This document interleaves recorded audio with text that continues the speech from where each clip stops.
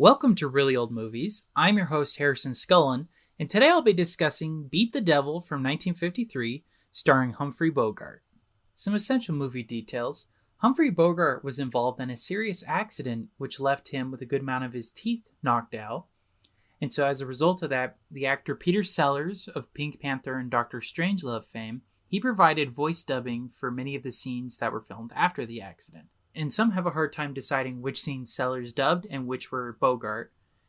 So that just shows the fact of how good of an actor Peter Sellers was, and a voice actor at that. Another detail, this is the fifth and final film Humphrey Bogart and Peter Lorre starred in together. The other ones were The Maltese Falcon, Casablanca, All Through the Night, and Passage to Marseille.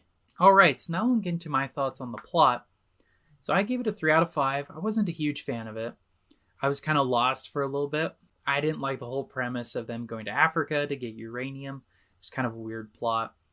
And the film, to me, felt like I couldn't decide if I wanted to be a straight comedy or if I wanted to be kind of a film noir or a thriller, that sort of thing.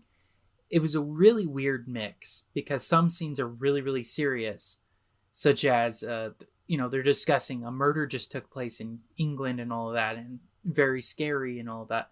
But then in other scenes, Humphrey Bogart, he's like laughing at the camera, like at the end of the movie. And just the whole tone of the movie was really off to me. It just felt like they really couldn't decide what they wanted to do with it. And the ending was fine, but I wasn't a huge fan of it.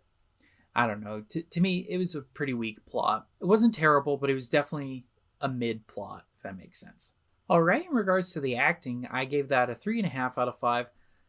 Despite my gripes with it, I do think Humphrey Bogart was fine. He was good in this film. I think he's great in pretty much every film that he's been in. I really like him. I also thought Jennifer Jones was fine. She played Mrs. Chelm, who they were kind of lovers, even though they were married to other people. I thought it was fine. They were fine together, had a pretty good chemistry. The bad guys, though, I couldn't take them seriously at all. They kind of felt like the Three Stooges. Which is really sad because I really like Peter Lorre. He could be a really intense villain, like in M. And despite the point, I was disappointed with that. They didn't feel like real serious villains, if that makes sense. They felt, like I said, like the Three Stooges. But the actor that to me really brought the acting down was Edward Underdown. He played Mr. Chelm. I did not like him at all. I thought he was super annoying in a lot of the scenes.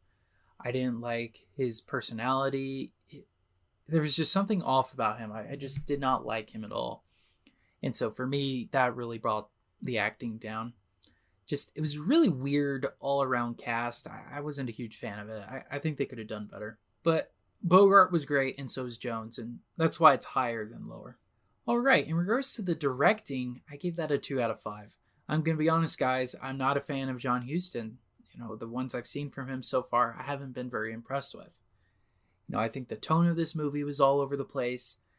I wasn't impressed with the plot. The acting was okay, but not great. It just felt too much of a comedy, but it was filmed and displayed and advertised, it seems, as kind of like a film noir. Now, I haven't seen the trailer for it, but when you look at the poster, I don't think comedy when I see it. It looks like, because it has Bogart and his character's wife, and then also the girl he's kind of pining for as well.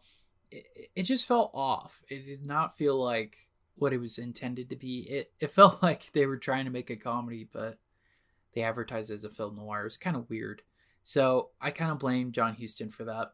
It's supposed to be one of the first campy films that were kind of prevalent in the 60s. I'm not a huge fan of campy films. I think a lot of them are a little overdone, a little all over the place. Now, I do like, for example, the Batman TV series. I think that's fine.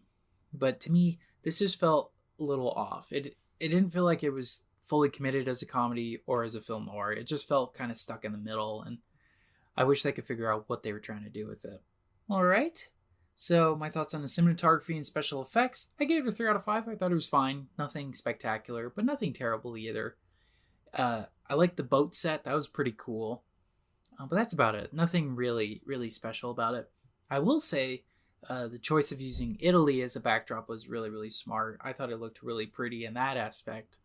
But other than that, it was just average. It was fine. All right. In regards to the music, I gave that a 2 out of 5. I was not a fan of it. I thought it was pretty lackluster in some scenes. In other scenes, it was really comical. It did not fit in with the mood of the scene. Such as there's one scene where the captain is shouting and all that. He's super drunk, and they're playing this like xylophone kind of comedic music.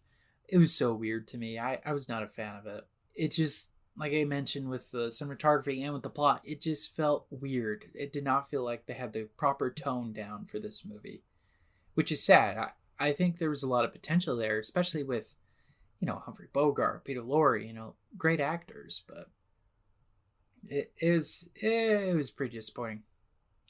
All right, so tallying that all up, that brings my Letterboxd score to a 2.7 out of 5, which I'll be rounding to a very low 3 out of 5. So would I recommend this movie? Not really. I think it's too weirdly toned. I wasn't impressed. I'll be honest, I haven't been impressed with John Huston so far. I've seen The Maltese Falcon. It was fine. Nothing earth-shattering. And then this film, they're just okay. I know he's made more movies. I'm holding out for A Treasure of Sierra Madre and African Queen and such. So hopefully those ones are really good. I don't know, man. I just haven't been very impressed so far.